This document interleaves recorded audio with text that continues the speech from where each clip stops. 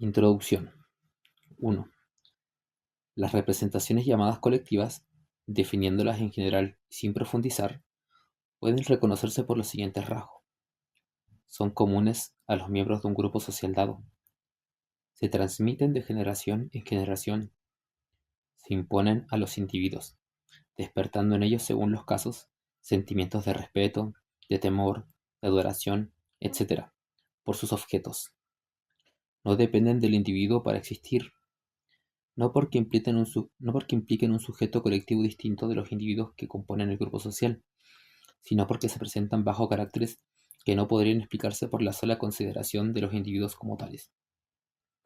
Es de esta manera que un lenguaje, aunque hablando con propiedad, no exista sino en el espíritu de los individuos que lo hablan, no deja de tener una realidad social indubitable, fundada sobre un conjunto de representaciones colectivas, porque se impone a cada uno de los individuos, persiste a ellos y sobrevive a los mismos. De aquí surge al punto una consecuencia muy importante, sobre la cual los sociólogos han insistido con razón y que había escapado a los antropólogos. Para comprender el mecanismo de las intuiciones, especialmente en las sociedades inferiores, es necesario ante todo desprenderse del prejuicio que consiste en creer que las representaciones colectivas en general y las de las sociedades inferiores en particular obedecen a las leyes de la psicología fundadas sobre el análisis del sujeto individual. Las representaciones colectivas tienen sus leyes propias. No pueden descubrirse, sobre todo tratándose de primitivos, por el estudio del individuo blanco, adulto y civilizado. Por el contrario, es sin duda el estudio de las representaciones colectivas y sus relaciones en las sociedades inferiores el que podrá arrojar alguna luz sobre la génesis de nuestras categorías y nuestros principios lógicos.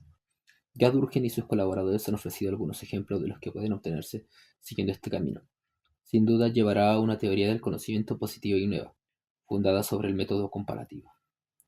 Esta enorme tarea no podría ser cumplida sino por una serie de esfuerzos sucesivos, quizá más bien para facilitar el acceso que para determinar las leyes más generales a las cuales obedecen las representaciones colectivas en las sociedades inferiores. Buscar precisamente cuáles son los principios rectores de la mentalidad primitiva y de qué manera sus principios hacen sentir su presencia en las instituciones y en las prácticas es el problema preliminar, objeto de la obra presente. Sin los trabajos de quienes me han precedido, antropólogos y etnógrafos de diferentes países, y particularmente y sin las indicaciones que me han facilitado las obras de la Escuela Francesa de Sociología que acabo de mencionar, no hubiese podido esperar resolver esta cuestión, ni aun plantearlo en términos adecuados. El análisis que esta escuela ha hecho de numerosas representaciones colectivas, y de las más importantes tales como de sagrado, maná, tótem, mágico y religioso, ha posibilitado el intento de un estudio de conjunto y sistemático de esas representaciones entre los primitivos.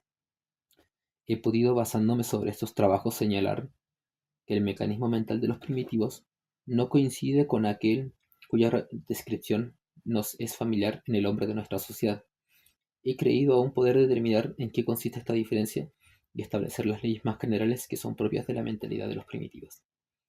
He hallado también una ayuda útil en los psicólogos, bastante numerosos actualmente, que a continuación de Ribot se dedicaron a señalar la importancia de los elementos emocionales y motores en la vida mental en general y hasta en la vida intelectual propiamente dicha. La lógica de los sentimientos de Ribot, la psicología de los Emotionalen Denkens del profesor Heinrich Mayer, por no citar sino dos obras, hacen estallar los cuadros demasiado estrechos en la que la psicología tradicional, bajo la influencia de la lógica formal, pretendía encerrar la vida del pensamiento. El mecanismo mental es infinitamente más flexible, más complejo, más sutil, y abarca muchos más elementos de la vida psíquica que los considerados por un intelectualismo demasiado simplista. Por consiguiente, he sacado mucho provecho de las observaciones psicológicas de Ribot. Sin embargo, las investigaciones que he emprendido difieren profundamente de las suyas. Su análisis se dirige especialmente a sujetos interesantes desde el punto de vista emocional, pasional o aún patológico, tomados de nuestra sociedad, no estudiando casi en ellos los fenómenos colectivos. Yo me propongo, por el contrario, la determinación de las leyes más generales de las representaciones colectivas, comprendidas en ellas los elementos afectivos y motores, en las sociedades más bajas que nos sean conocidas. 2. Que las funciones mentales superiores deban ser estudiadas mediante el método comparativo, es decir, sociológico, no es una idea nueva.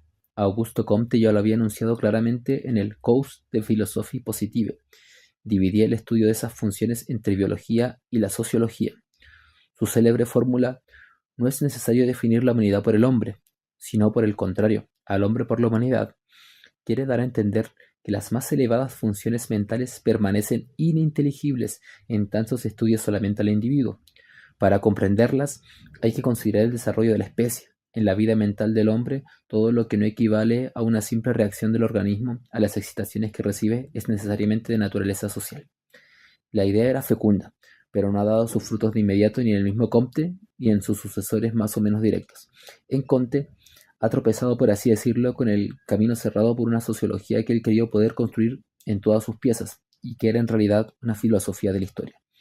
Quería haber demostrado que la ley de los tres estados expresa exactamente la evolución intelectual de la humanidad considerada como un todo, y también de la una sociedad particular, cualquiera sea ella. Luego, no es necesario para fundar la ciencia de las funciones mentales superiores comenzar por un estudio compartido de las funciones en los diferentes tipos de sociedades humanas. Lo mismo que para establecer su tabla cerebral, no se basa sobre la anatomía seguro como está a priori, que los trabajos del anatomista vendrán a confirmar su clasificación y su localización de las facultades. Lo mismo para construir su teoría de las funciones mentales superiores en sus rasgos esenciales, la ley de los tres estados le bastaba, puesto que las leyes más particulares no pueden dejar de venir a colocarse bajo aquella. Paralelamente, ha construido su doctrina según el desarrollo de la civilización mediterránea, pero él no duda, a priori, que las leyes descubiertas de esta manera tengan validez para todas las sociedades humanas. Comte es entonces efectivamente, en un sentido, el iniciador de una ciencia positiva de las funciones mentales, y en gran parte el mérito de haberla concebido y de haber mostrado que es una ciencia sociológica debe serle reconocido. Pero él no emprendió las investigaciones de hechos que esta ciencia exige.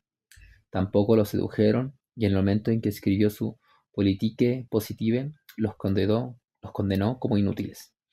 Sin embargo, este estudio paciente y minucioso de los fenómenos mentales en los diferentes tipos de sociedades humanas, cuya necesidad Comte no había advertido, otros lo habían comenzado, y lo han proseguido como sabios, no como filósofos, y con el simple designio de conocer y clasificar los hechos. Quiero mencionar los antropólogos y etnógrafos, y en especial la escuela antropológica inglesa, la obra capital de su jefe M. E. B. Taylor, La civilización primitiva, aparecida en 1871, y que marca una fecha en la historia de la ciencia antropológica, ha señalado el camino a un numeroso grupo de colaboradores celosos y disciplinados en obras que no desmerecen su modelo. Gracias a sus cuidados, ha sido acumulada una masa considerable de documentos referentes a las instituciones, las costumbres, las lenguas de las sociedades llamadas salvajes o primitivas, y al mismo tiempo referentes a las representaciones colectivas que las dominan. En Alemania y en Francia trabajos del mismo género son proseguidos. En los Estados Unidos, la sección de etnología de la Smithsonian Institution publica excelentes monografías sobre tribus indígenas de América del Norte. Desde luego, a medida que la colección de documentos se iba enriqueciendo, se hacía más evidente cierta uniformidad en los hechos. A medida que las sociedades de tipo inferior eran descubiertas o mejor estudiadas sobre los puntos más alejados del globo, y a veces en las antípodas analogías extraordinarias entre algunos de ellos, a menudo revelaban semejanzas exactas hasta el último detalle. Instituciones, ceremonias religiosas o mágicas, creencias y aún prácticas relativas al nacimiento y la muerte, mitos, etc. El método comparativo se imponía, por así decirlo, por sí mismo. Taylor, en La civilización primitiva, hizo de él un empleo constante y muy feliz. Lo mismo Fraser en su Rama Dorada, y otros representantes de la escuela tales como Harlan y Andrew Lang. Haciéndolo, ellos han sido los preparadores, los precursores indispensables de la ciencia positiva de las funciones mentales superiores. Pero, ¿cómo Comte, más por otras razones, no lo han instituido? ¿A qué obedece que el empleo del método comparativo no lo haya llevado a ello? Se deberá a no haberse planteado problemas generales, y una vez comparadas las sociedades primitivas entre sí, haberlas comparado con la nuestra? No, por el contrario, la escuela antropológica inglesa, a ejemplo de su jefe, se preocupaba siempre en señalar la relación de la mentalidad salvaje con la mentalidad civilizada y de explicarla. Pero es precisamente esta explicación la que les ha impedido ir más lejos. La tuvieron demasiado pronto, no la buscaron en los hechos mismos, se la imponían, verificando en las sociedades inferiores instituciones y creencias tan diferentes de las nuestras. No se preguntaron si para explicarlas no cabría examinar muchas hipótesis. Han dado por admitido que los hechos no pueden explicarse sino de una sola manera. Las representaciones colectivas de las sociedades consideradas provienen de funciones mentales superiores idénticas a las nuestras o deben ser referidas a una mentalidad que difiere de la nuestra en un grado a determinar. Esta alternativa no se presentó a sus espíritus. 3. Sin entrar en una discusión crítica del método empleado y de los resultados obtenidos por esos sabios, discusión en la cual no podría dar la amplitud conveniente, quisiera señalar solamente en algunas palabras las consecuencias que ha entrañado para su doctrina la creencia en la identidad de un espíritu humano perfectamente semejante a sí mismo desde el punto de vista lógico, en todos los tiempos y en todos los lugares. Esta identidad es admitida por la escuela como un postulado, o por decirlo mejor, como un axioma. No tiene necesidad de ser demostrada, ni aun de ser enunciada formalmente. Es un principio siempre sobreentendido y demasiado evidente para que se hayan detenido alguna vez en considerarlo. Por consiguiente, las representaciones colectivas de los primitivos, tan extrañas a veces para nosotros, las relaciones no menos extrañas que se comprueben entre ellas, no suscitan problemas cuya solución puede enriquecer o modificar la concepción que tenemos del espíritu humano. Sabemos de antemano que ese espíritu no es otro entre ellos que entre nosotros. Todo lo que resta averiguar es cómo funciones mentales idénticas a las nuestras han podido producir esas representaciones y esas relaciones. Aquí aparece la hipótesis general tan cara a la escuela antropológica inglesa, el animismo. La rama dorada de Facer, por ejemplo, evidencia de qué manera el animismo explica muchas creencias y prácticas que están extendidas en casi todas partes de las ciudades inferiores y de las que numerosos rasgos sobreviven en nuestra sociedad. Se observará que la hipótesis se descompone en dos tiempos. En primer lugar, el primitivo sorprendido y conmovido por las apariciones que se presentan durante sus sueños, en los cuales vuelve a ver los muertos y los ausentes, conversa con ellos, se bate con ellos, los oye y los toca, cree en la realidad objetiva de esas representaciones. Para él, por consecuencia, su propia existencia es doble, como la de los muertos o los de ausentes que se le aparecen. Admite a la vez su existencia actual, como individuo vivo y consciente, y su existencia como alma separable, que pueda hacerse exterior manifestándose como fantasma. Habría aquí una creencia universal entre los primitivos, puesto que todos sufrirían una ilusión psicológica inevitable, origen de esta creencia. En segundo lugar, deseando explicarse los fenómenos naturales que hieren sus sentidos, es decir, asignarles una causa, generalizan de inmediato la explicación que se han dado de sus sueños y de sus alucinaciones. En todos los seres detrás de todos los fenómenos naturales ven almas, espíritus, voluntades, semejantes a aquellas que creen haber comprobado en sí mismo. Entre sus compañeros, entre los animales, ingenua operación lógica, pero no menos espontánea ni menos inevitable, para el espíritu del primitivo que la ilusión psicológica que la precede y sobre la cual ella se funda. De esta manera se forma en él, sin ningún esfuerzo de reflexión por el solo juego de un mecanismo mental idéntico en todos, una filosofía, infantil sin duda y grosera, pero perfectamente consecuente consigo misma. No se plantea problemas que no resuelva de inmediato a su entera satisfacción. Si por imposible toda la experiencia que las generaciones se han transmitido en el curso de los siglos se borrase repentinamente, si nos encontrásemos en presencia de la naturaleza como verdaderos primitivos, construiríamos infaliblemente una filosofía natural, también primitiva, y esta filosofía sería un animismo universal, irreprochable desde el punto de vista lógico, dada la poca cantidad de datos positivos de que dispondríamos. La hipótesis animista es entonces, en este sentido, una consecuencia inmediata del axioma que domina los trabajos de la escuela antropológica inglesa y que según nosotros le ha impedido llegar a la ciencia positiva de las funciones mentales superiores, hacia donde pareciera deber encaminarse por el método comparativo, ya que mientras se explica por esta hipótesis la semejanza de las instituciones, de las creencias y de las prácticas en las sociedades inferiores más diversas, no se preocupa por demostrar que las funciones mentales superiores son idénticas en esas sociedades y en la nuestra. El axioma ocupa el lugar de la demostración, que las sociedades humanas hayan producido mitos o representaciones colectivas como aquellas que son la base del totemismo, como la creencia en los espíritus, en el alma exterior, en la magia simpática, etc. Esto deriva necesariamente de la estructura del espíritu humano, las leyes de la asociación de ideas, el empleo natural e irresistible del principio de causalidad deben engendrar con el animismo esas representaciones colectivas y sus relaciones. No hay aquí sino el juego espontáneo de un mecanismo lógico y psicológico invariable. Nada explica mejor con tal que no se lo admita, como lo hace implícitamente la escuela antropológica inglesa.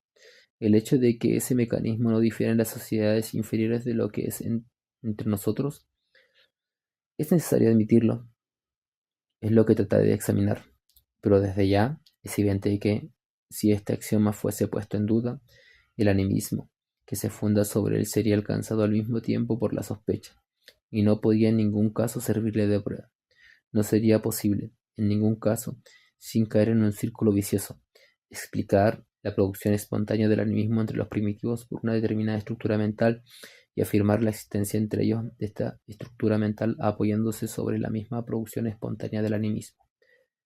El axioma y su consecuencia no pueden prestarse mutuamente su evidencia. 4. Falta es cierto que la hipótesis animista sea verificada por los hechos, y que por ella se expliquen suficientemente las instituciones y las creencias de las sociedades inferiores.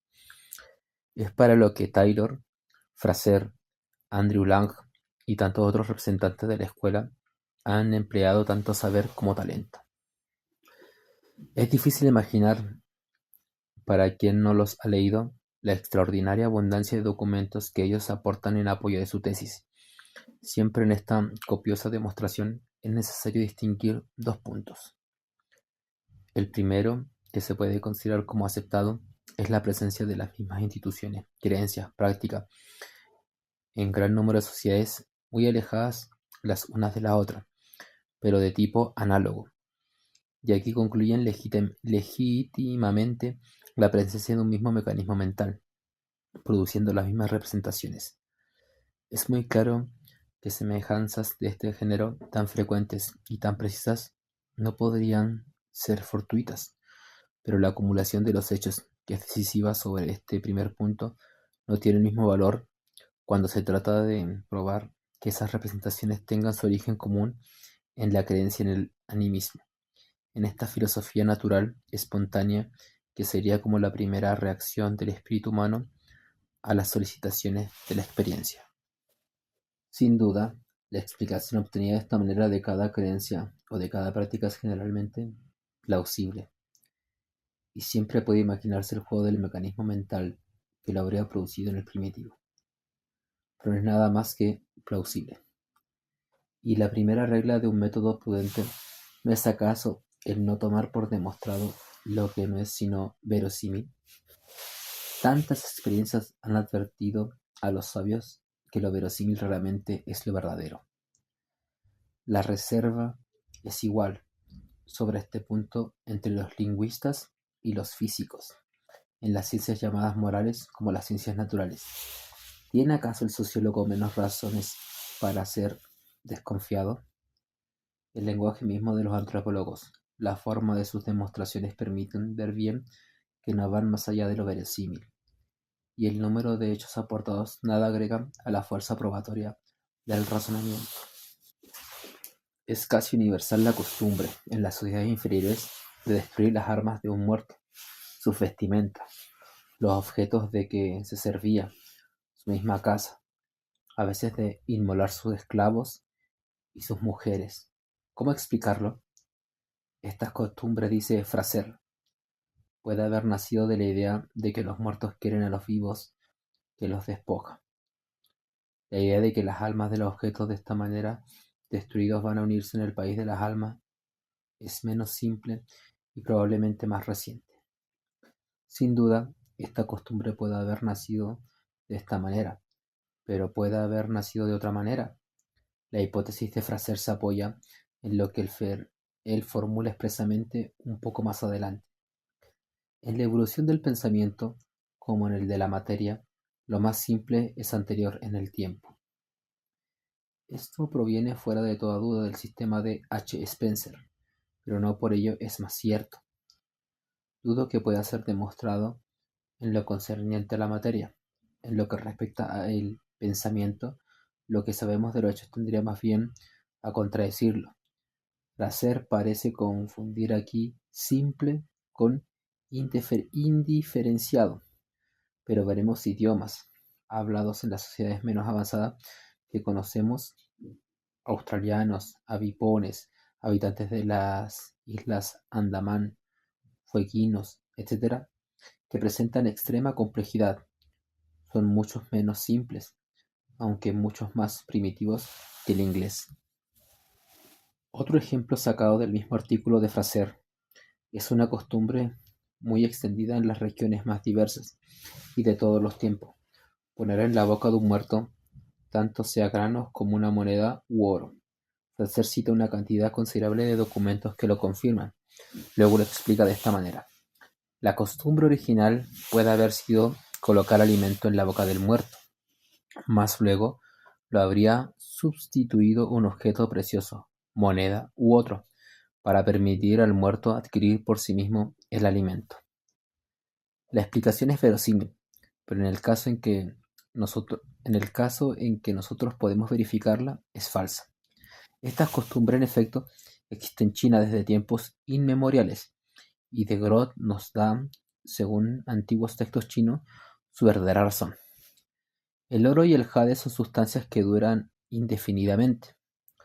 Son los símbolos de la esfera celeste, que es inmutable e indestructible, imperecedera y que no se corrompe. Por consiguiente, el oro y el jade, también las perlas, proveen la vitalidad a las personas que las tragan.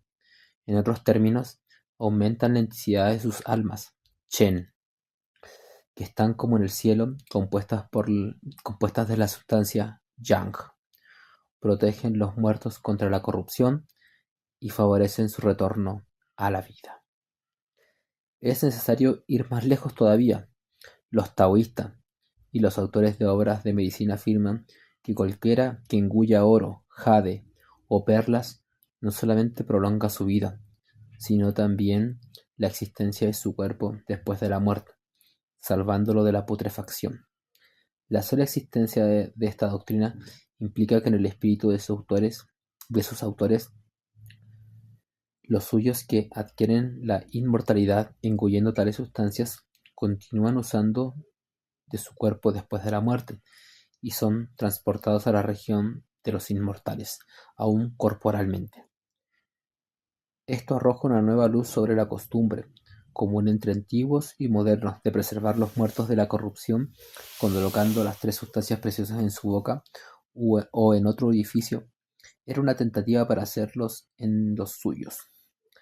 Se les da por otra parte a los muertos lo suficiente para hacer sus compras en el otro mundo, pero no se lo ponen en la boca. Se trata entonces más bien de una creencia análoga a la que se hace buscar en China. Las maderas más duras, o más bien la de los árboles siempre verdes para los ataúdes. Estos árboles contienen más principio vital y lo comunican al cuerpo que está en el ataúd. En estos son casos como los hay tantos de participación por contacto. Estos dos ejemplos bastarán sin duda, aunque muchos otros análogos podrían citarse. Las explicaciones de la escuela antropológica inglesa, no siendo nunca sino verosímiles, quedan siempre afectadas por un coeficiente de duda, variable según los casos. Dan por aceptado que las vías que nos parecen a nosotros conducir naturalmente a ciertas creencias y a ciertas prácticas son precisamente aquellas por las cuales han pasado los miembros de las sociedades en que se manifiestan esas creencias y esas prácticas. Nada más atrevido que ese postulado, que no se verifica quizás sino que no se verificará quizás 5 veces sobre 100. En segundo lugar, los hechos que se trata de explicar, instituciones, creencias, prácticas, son hechos sociales por excelencia. Las representaciones y las relaciones de representaciones que esos hechos implican no deben presentar el mismo carácter. No son necesariamente representaciones colectivas, pues entonces la hipótesis animista se hace sospechosa, y con ella el postulado que la cimentaba, porque hipótesis y postulado no hacen intervenir sino el mecanismo mental de un espíritu humano individual. Las representaciones colectivas son hechos sociales, como las instituciones que dan cuenta, y si existe un punto de la sociología contemporánea que haya sido bien establecido, es que los hechos sociales tienen sus leyes propias, leyes que el análisis del individuo como simple individuo jamás podría revelarnos. Por consecuencia, pretender explicar representaciones colectivas por el solo mecanismo de las operaciones mentales observadas en el individuo, asociación de ideas, uso ingenuo del principio de causalidad, etc., es una tentativa condenada de antemano. Habiéndose desdeñado los datos esenciales del problema, el fracaso es seguro. También, ¿puede emplearse científicamente la idea de un espíritu humano individual, supuestamente virgen de toda experiencia? Vale la pena investigar cómo se representa ese espíritu, los fenómenos naturales que ocurren dentro de él y alrededor de él. En efecto, no tenemos ningún medio para averiguar lo que sería semejante espíritu. Por más lejos que pudiésemos remontarnos, por primitivas que sean las sociedades observadas, no tropezamos nunca sino con espíritus socializados, si así puede decirse, ocupados ya por una multitud de representaciones colectivas, que les son transmitidas por la tradición y cuyo origen se pierde en la noche de los tiempos. La concepción de un espíritu humano individual ofreciéndose virgen a la experiencia es, desde luego, tan quimérico como la del hombre antes de la sociedad. No responde a nada que pueda ser captado ni verificado por nosotros, y las hipótesis implicadas no podrían sino ser arbitrarias.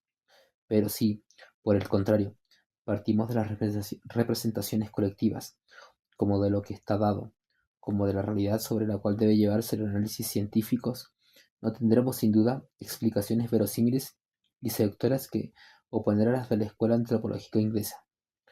Todo será menos simple. Nos encontraremos en presencia de problemas complejos. A menudo nos faltan datos suficientes para resolverlos. A menudo también las soluciones que propondremos serán hipotéticas, pero por lo menos podemos esperar que del estudio positivo de las representaciones colectivas se conseguirá poco a poco deducir el conocimiento de las leyes que las rigen y obtener de esta manera una interpretación más exacta de la mentalidad de las sociedades inferiores y aún de la nuestra. Un ejemplo hará resaltar la oposición entre el punto de vista de la escuela antropológica inglesa y la de aquella en que nosotros quisiéramos ponernos. Taylor describe: conforma esta filosofía infantil primitiva, que ve en la vida humana el principio que permite de inmediato comprender toda la naturaleza. La teoría salvaje del universo relaciona los fenómenos en general a la acción voluntaria de los espíritus personales extendida por todas partes. No es una imaginación que actúa por su propio movimiento, es la indiferencia razonable según la cual los efectos son debidos a causas que han llevado a los hombres groseros de los primeros tiempos a poblar de tales fantasmas sus casas, su vecindad, la vasta tierra y los espacios celestes. Los espíritus son simplemente causas personificadas. Nada más simple, nada más aceptable que esta explicación de un gran conjunto de creencias, con tal que se admita con Taylor que ellas son el resultado de una indiferencia razonable. Pero es bien difícil concedérselo. de considerar las representaciones colectivas que implican en las sociedades inferiores la creencia en espíritus extendida en todas partes de la naturaleza y que inspiran las prácticas relativas a esos espíritus, no parece que ellas fuesen el producto de una curiosidad intelectual en busca de causas. Los mitos, los ritos funerarios, las prácticas agrarias, la magia simpática, no parecen nacer de una necesidad de explicación racional. Responden en las sociedades inferiores a necesidades, a sentimientos colectivos, mucho más imperiosos, poderosos y profundos que aquellos. No pretendo que esta necesidad de explicación no exista del todo, como también otras virtualidades que se desarrollarán más tarde si el grupo social progresa. Esta curiosidad dormita y quizás se manifieste ya algo en la actividad mental de esas sociedades. Pero es seguramente contrario a los hechos ver allí uno de los principios rectores de esa actividad y el origen de las representaciones colectivas relativas a la mayoría de los fenómenos de la naturaleza. Si Taylor y sus discípulos se dan por satisfechos con esta explicación, es porque hacen nacer sus creencias en espíritus individuales semejantes al de ellos. Pero, apenas se toma en cuenta el carácter colectivo de las representaciones, aparece la insuficiencia de esta explicación. Siendo colectivas, ellas se imponen al individuo, es decir, que son para él un objeto de fe, no un producto del razonamiento. Y como la preponderancia de las representaciones colectivas es tanto más grande en general cuanto menos adelantadas son las sociedades, casi no caben en el espíritu del primitivo las preguntas ¿cómo? O ¿por qué? El conjunto de las representaciones colectivas de que está poseído y que provocan en él sentimientos de una intensidad que nosotros ni nos imaginamos es poco compatible con la contemplación desinteresada de los objetos que supone el deseo completamente intelectual de conocer la causa. Sin entrar aquí en una discusión detallada de la hipótesis animista, que tendrá lugar más adelante, estable pensar que la fórmula de Taylor, los espíritus son causas personificadas, no basta para explicar qué son los espíritus en las representaciones colectivas de las sociedades inferiores. Para nosotros, que nos dedicaremos ante todo al análisis de esas representaciones sin idea preconcebida sobre el mecanismo mental del que ellas dependen. Puede que sean, por el contrario, los espíritus quienes nos ayuden a comprender qué son ciertas causas. Quizás encontremos que la operación de la causa eficiente, exacta, quaestio, para los filósofos, es una especie de precipitado abstracto del poder místico atribuido a esos espíritus, pero en una hipótesis que nos reservamos a examinar. Pero es una hipótesis que nos reservamos examinar. Y en todo caso, evitaremos las fórmulas categóricas y comprensivas. La escuela antropológica inglesa, con su gran hipótesis del animismo y sus ideas preconcebidas, tiene siempre una explicación verosímil para los hechos que ha reunido.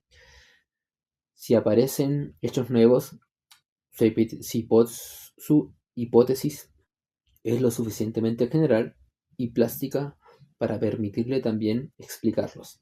Es cuestión de ingenio, y aquí una especie de confirmación de su doctrina, pero esta confirmación tiene precisamente el mismo valor que las explicaciones verosímiles, de las cuales ella no es sino un nuevo ejemplo. Se preguntará sin duda, ¿cómo un sabio como Taylor, cuya clarividencia es tan admirable y cuya crítica de hechos particulares tan penetrante, ha podido mostrarse menos exigente cuando se trató de una teoría general, y cómo sus discípulos también lo han imitado en ese punto? Quizás sea necesario reconocer la influencia de la filosofía inglesa contemporánea, y en particular de la teoría de la evolución. En el momento en que apareció la civilización primitiva y todavía durante muchos años la psicología asociacionista parecía haber ganado definitivamente la causa, el evolucionismo de Herbert Spencer, entonces en pleno apogeo, ejercía la más viva seducción sobre multitud de espíritus. Veían allí la fórmula de la síntesis filosófica más comprensiva. fórmula que podía al mismo tiempo adaptarse a cualquier categoría de los hechos naturales y servir de esta manera de hilo conductor para la investigación científica. Se aplicaba a la historia del sistema solar, tanto como a la génesis de los organismos o a la de la vida mental. Y era necesario entonces atenerse a la misma en lo que se refiere a los hechos sociales. Spencer no dejó de hacerlo. Tomó también él, como es sabido, por hipótesis directriz en la explicación de la mentalidad de las sociedades inferiores, la teoría del animismo fundada sobre la psicología asociacionista. Actualmente se juzga bastante severamente el evolucionismo de Spencer. Sus generalizaciones parecen prematuras, ambiciosas y poco fundadas, pero hace una treintena de años pudo creérselas sólidas y poderosas. Taylor y sus discípulos creyeron encontrar en ello una garantía para la continuidad que establecen el desarrollo de las funciones mentales del hombre. Esta doctrina les permitía presentar este desarrollo como una evolución ininterrumpida y cuyas etapas pueden señalarse desde las creencias animistas de las sociedades más bajas hasta la concepción del sistema del nuevo mundo en un Newton, al mismo tiempo, un poco en casi todas las partes de la civilización primitiva y especialmente en la conclusión, Tyler se preocupó de refutar la teoría según la cual las sociedades llamadas primitivas o salvajes serían en realidad sociedades degeneradas y su representación de la naturaleza, sus instituciones, sus creencias, los restos casi borrados, pero todavía reconocibles de una revelación original. A esta hipótesis de orden teológico puede oponer Taylor algo mejor que la hipótesis de la evolución, que es, según él, de orden científico. Esta le suministra una interpretación racional de los hechos, lo que se presenta como vestigios de un estado anterior más perfecto. Taylor lo explica sin dificultad desde el punto de vista de la evolución, como el rudimiento o el germen de un estado ulterior más diferenciado. Por último, si se recuerda lo que la hipótesis general del animismo introduce de claridad y de aparente inteligibilidad en la masa de los hechos, uno no se sorprenderá por la fortuna que ha compartido con la doctrina evolucionista, ni de que la escuela antropológica inglesa, en su gran mayoría, le haya permanecido fiel en el presente, hasta el presente. 5. Las series de hechos sociales son solidarias unas de las otras y están condicionadas recíprocamente. Un tipo de sociedad definida que tiene sus instituciones y sus costumbres propias tendrá también entonces necesariamente su propia mentalidad. A diferentes tipos sociales corresponderán mentalidades diferentes tanto más cuanto que las instituciones y las costumbres mismas no son en el fondo sino un aspecto determinado de las representaciones colectivas, de esas representaciones colectivas por así decirlo consideradas objetivamente. Uno se encuentra de esa manera llevado a concebir que el estudio comparativo de los diferentes tipos de sociedades humanas no se separa del estudio comparativo de las representaciones colectivas y de las relaciones de esas representaciones que dominan en esas sociedades. No han podido prevalecer consideraciones análogas entre los naturalistas, cuando conservando siempre la idea de la identidad de las funciones esenciales entre todos los seres vivientes, o por lo menos entre todos los animales, se han decidido admitir tipos fundamentales diferentes los unos de los otros. Sin duda la nutrición, la respiración, la secreción, la reproducción son procesos que en el fondo no varían, cualquiera sea el organismo en que se produzcan, pero pueden producirse bajo un conjunto de condiciones histológicas, anatómicas, fisiológicas completamente diferentes. La biología general ha dado un gran paso cuando ha reconocido que no debía, como todavía lo creía Augusto Comte, buscar en el análisis del organismo humano lo necesario para hacer más inteligible el organismo de la esponja. Se ha dejado ya de dificultar el estudio propiamente biológico mediante ideas preconcebidas sobre la subordinación de los seres los unos a los otros, hechas todas las reservas sobre la posibilidad de formas originarias comunes, anteriores a la divergencia de los tipos. Paralelamente, hay caracteres comunes a todas las sociedades humanas, por los que se distinguen de las demás sociedades animales. Se habla una lengua, se transmiten tradiciones, se mantienen instituciones, Por consecuencia, las funciones mentales superiores tienen allí, en todas partes, un fondo que no puede dejar de ser común. Pero admitido esto, las sociedades humanas, como los organismos, pueden presentar estructuras profundamente diferentes unas de las otras, y por consiguiente, las diferencias correspondientes en las funciones mentales superiores. Es necesario renunciar entonces a referir de antemano las operaciones mentales a un tipo único, cualesquiera sean las sociedades consideradas, y explicar todas las representaciones colectivas por un mecanismo psicológico y lógico siempre idéntico.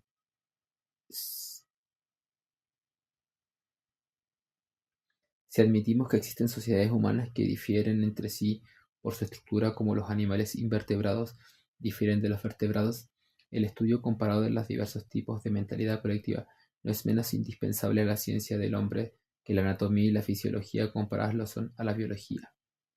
Es necesario decir que este estudio comparado, concebido de esta manera en su generalidad, presenta dificultades actualmente insuperables. En el estado presente de la sociología no podría tratar de emplearlo. La determinación de los tipos de mentalidad es tan ardua como la de los tipos de sociedad, y por las mismas razones. Lo que quiero intentar aquí, a título de ensayo o introducción, es el estudio previo de las leyes más generales a las cuales obedecen las representaciones colectivas en las sociedades inferiores, y más especialmente en las más bajas que conocemos.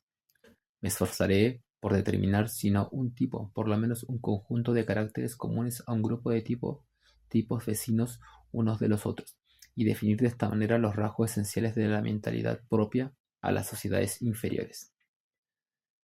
A fin de destacar mejor esos rasgos, compararé esa mentalidad a la nuestra, es decir, a la de las sociedades salidas de la civilización mediterránea, en el seno de las cuales se han desarrollado la filosofía racionalista y la ciencia positiva. Tiene una ventaja evidente para un primer esbozo de un estudio comparativo el elegir dos tipos mentales, accesibles a nuestras investigaciones, la distancia entre los cuales es máxima. Es entre ellos donde la diferencia esencial serán más marcadas y tendrá por consecuencia menores probabilidades de escapar a nuestra atención. Por otra parte, es partiendo de ellas que se podrá abordar enseguida con mayores facilidades al estudio de las formas medias o de transición. Aún restringida de esta manera, la tentativa parecerá sin duda demasiado audaz y de éxito incierto. Permanece incompleta, plantea indudablemente más problemas de los que resuelve y nos deja sin solución un gran problema que no hace sino desflorar. No lo ignoro, pero en el análisis de una mentalidad tan oscura he creído preferiblemente limitarme a lo que se me presentaba claramente.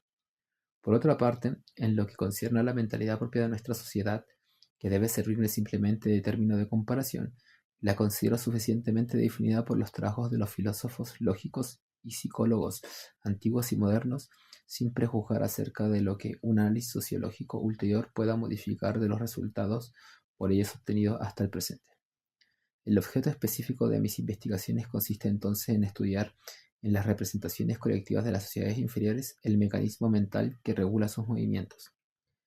Pero esas mismas representaciones y sus relaciones no las conocemos sino por las instituciones, por las creencias, por los mitos, por las costumbres de las sociedades inferiores, y todo esto, a su vez, como nos es dado, casi siempre a través de relatos de viajeros, de marinos, de naturalistas, de misioneros, en pocas palabras, por los documentos reunidos en las recopilaciones etnográficas de los dos mundos. No es sociológico quien no se haya preocupado del valor de esos documentos, problema capital al cual se aplican las reglas ordinarias de la crítica y que no puedo abordar aquí. Siempre debo hacer resaltar el cuidado de observar científicamente las sociedades inferiores por medio de un método objetivo preciso, minucioso y en una palabra tan semejante como sea posible al que emplean los sabios para la determinación de los fenómenos naturales, es muy reciente. Y por una especie de ironía, cuando se lo tomo en cuenta, así ya no tenía objeto. El último siglo ha visto cumplirse pérdidas irreparables para el estudio comparativo de las sociedades humanas. Rápidamente y en las regiones más diversas se han extinguido sociedades, cuyas instituciones habrían sido de mayor interés para esta ciencia, y las sociedades inferiores que subsisten están condensadas a una próxima desaparición. es preciso que los buenos observadores se apresuren. El enorme cúmulo de observaciones más antiguas está lejos de compensar lo que de esta manera perdemos. Casi con raras excepciones, los hechos que han sido recogidos del paso por viajeros que no hicieron sino atravesar un país tienen muy poco valor. Esos viajeros dicen con razón el mayor Powell, no pueden dar a conocer las instituciones de la sociedad tribal, como no pueden dar una descripción exacta de la flora de un país, de la fauna de una región o de la estructura geológica de un continente.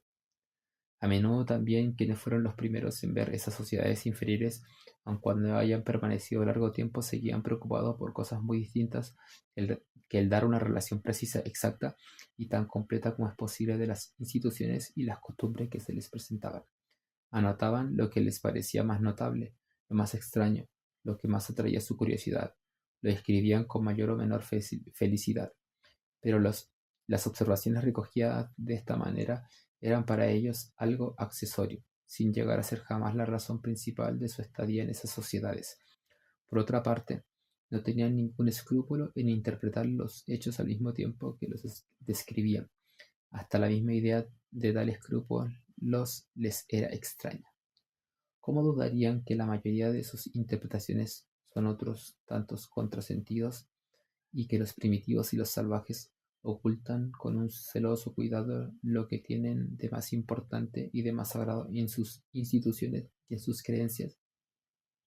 Sin embargo, como Taylor muy bien lo ha demostrado, a la luz de lo que conocemos hoy día, muchas de esas viejas observaciones se aclaran y corrigen. Algunas llegan a ser precisas. Por ejemplo, la de ciertos misioneros que han residido durante mucho tiempo en la sociedad que nos describen, que casi han asimilado su espíritu y en quienes no podemos sin gran dificultad separar la observación propiamente dicha de las ideas preconcebidas que mezclan en ellas. Tales son entre nosotros los padres jesuitas que se han encontrado los primeros en contacto con las tribus indígenas de América del Norte. En el siglo XVIII, Douglas Hoffer entre los abiponés, más recientemente Turner en Samoa, Cotterton en Melanesia, etc. Los observadores de este género más antiguo tuvieron la ventaja de ignorar toda teoría sociológica, y ocurre a menudo que su relación es tanto más importante para nosotros cuanto menos comprensión tienen de lo que relatan. En cambio, son enfadosamente incompletas y mudas hasta sobre puntos esenciales. A esos diseños cuya exactitud no es nunca cierta y que sus autores han retocado a menudo o completado de chic según el gusto de la época, se oponen como buenas fotografías las observaciones sacadas actualmente por los etnógrafos profesionales. De hecho, los colaboradores de la sección Etnología de la Smithsonian Institution de Washington y en general los exploradores contemporáneos emplean el aparato fotográfico y también fonógrafos como instrumentos indispensables. Es preferentemente en estas investigadores conscientes de las dificultades de su tarea y adestrados en el método que permite abordarlos con mayores probabilidades de éxito que buscaremos nuestros documentos. Pero todavía será necesario no dejar a un lado las precauciones que la crítica exige. Muchos de entre ellos son misioneros, católicos o protestantes, y están convencidos, como sus predecesores de siglos pasados, que los salvajes tienen de Dios algún rudimento de religión natural y deben al diablo las más condenables de sus prácticas. También muchos eclesiásticos o laicos han leído las obras de Taylor y Fraser y se han convertido en sus discípulos, dándose desde entonces como tarea el aportar una verificación a las teorías de esos maestros observan con ojos prevenidos. El inconveniente se hace de hecho más grave cuando parten de un cuestionario detallado concebido dentro del espíritu de la escuela. Una especie de pantalla les impide desde entonces advertir hecho alguno que no esté mencionado en el cuestionario y en su relación de lo que ven. La interpretación preconcebida no se separa de los hechos mismos.